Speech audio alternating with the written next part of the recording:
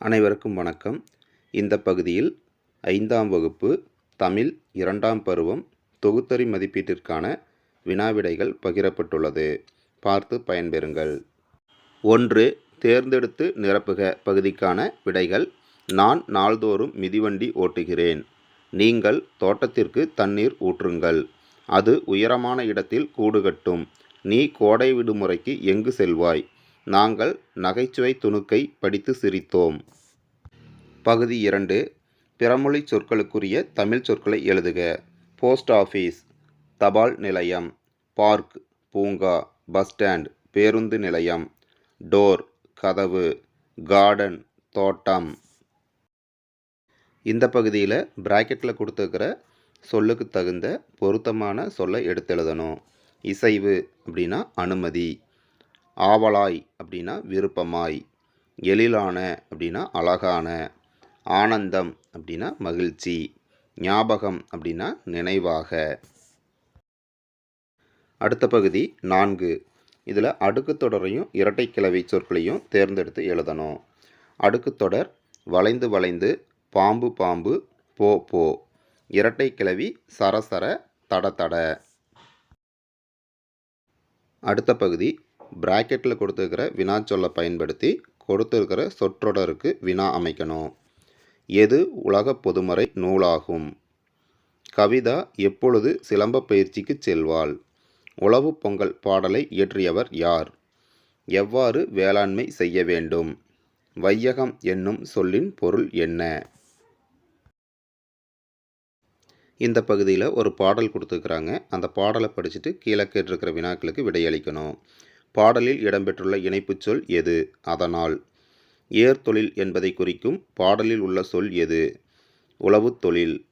ஒத்த ஓசை சொற்களை எடுத்து எழுதுக. உணவு தரும், அணிய வரும். பயிர்த்தொழில் இன்றேல் வீழலாவது எது? பயிர்த்தொழில் இன்றேல் வீழலாவது மற்ற தொழில்கள் அனைத்தும்.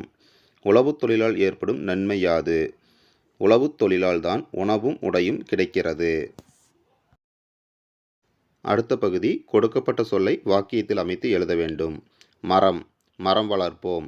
பயன், மரம் வளர்ப்பதின் பயன் மழை கிடைக்கும்.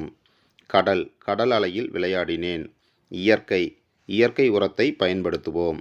அருமை, இருக்கும்போது அதன் அருமை தெரியாது. இந்த பகுதியில் உரிய இணைப்புச் சொற்களை எடுத்து எழுத வேண்டும். இதற்கான விடை குறிப்புகளை நம்ம கொடுத்துருக்கோம். பார்த்து காப்பி பண்ணிக்கங்க.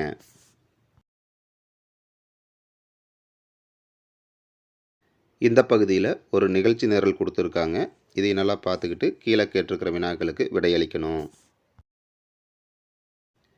அனைத்து வகுப்பு மாணவர்களும் கலந்து கொள்ளும் போட்டி எது? பாடல் பாடுதல். திருக்குறள் எந்த போட்டிக்கு உரியது? ஒப்புவித்தல். மேற்கண்ட போட்டிகளில் நீ எந்த போட்டியில் கலந்து கொள்வாய்? ஏன்? திருக்குறள் ஒப்புவித்தல். ஏனெனில் திருக்குறளில் கூறப்படும் கருத்துக்கள் எனக்கு பிடிக்கும். நிகழ்ச்சி நிரலில் இடம்பெற்றுள்ள முழக்கத்தொடரை எடுத்து எழுதுக. வாருங்கள் கொண்டாடுவோம், மாணவர்களின் திறனை பாராட்டுவோம். 3ஆம் வகுப்பு மாணவர்கள் கலந்து கொள்ளக்கூடிய போட்டி ஒன்றினை எழுதுக. திருக்குறள் ஒப்புவித்தல். இந்த பகுதியில் குறிப்புகள் கொடுத்துருக்காங்க. இதை வச்சுக்கிட்டு நம்ம 5 தொடர் எழுதணும். பூங்காவில் மரங்கள் அதிக அளவில் காணப்பட்டன. பூங்காவில் இருந்த புல்வெளியில் விளையாடினேன். பூங்காவில் இருந்த வண்ணப்பூக்கள் கண்களை கவர்ந்தன. நடைபாதையில் செல்க என்ற அறிவிப்பு பலகை இருந்தது. ஆங்காங்கே குப்பை தொட்டிகள் வைக்கப்பட்டிருந்தன. இந்த பகுதியில் உன் ஊரில் நடைபெறும் உணவு திருவிழாவிற்கு வருமாறு உன் நண்பனுக்கு கடிதம் எழுதுக அப்படின்னு கொடுத்துருக்காங்க. இதற்கான விடை குறிப்புகளை நம்ம எழுதி கொடுத்துருக்கோம். பார்த்து காப்பி பண்ணிக்கங்க.